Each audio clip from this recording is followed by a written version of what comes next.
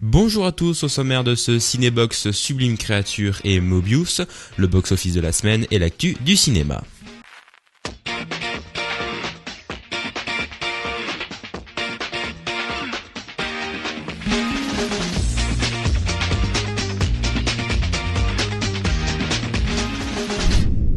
Ethan White, un jeune lycéen, mène une existence plutôt ennuyeuse dans une petite ville des États-Unis.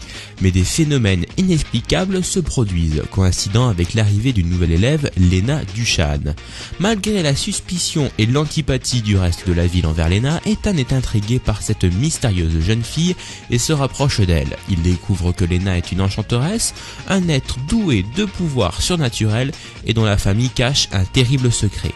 Malgré l'attirance qu'ils éprouvent l'un pour l'autre, ils vont devoir faire face à une grande épreuve.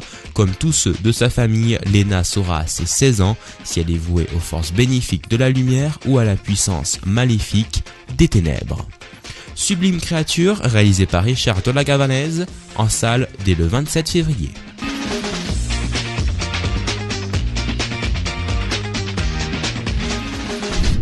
Le top 3 box-office de la semaine, troisième on retrouve Flies qui à sa seule semaine d'exploitation a réuni quelques 274 127 entrées.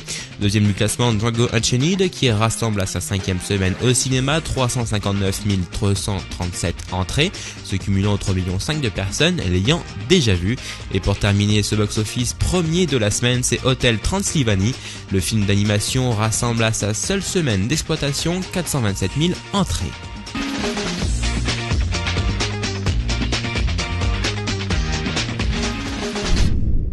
Grégory Loubiov, un officier des services secrets russes, est envoyé à Monaco afin de surveiller les agissements d'un puissant homme d'affaires. Dans le cadre de cette mission, son équipe recrute Alice, une surdouée de la finance. Soupçonnant sa trahison, Grégory va rompre la règle d'or et entrer en contact avec Alice, son agent infiltré.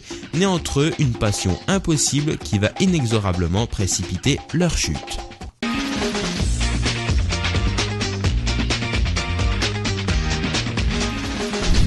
Appian Way, c'est le nom de la structure de production mise en place depuis quelques années par Leonardo DiCaprio, laquelle a dernièrement produit The Wolf of Wall Street.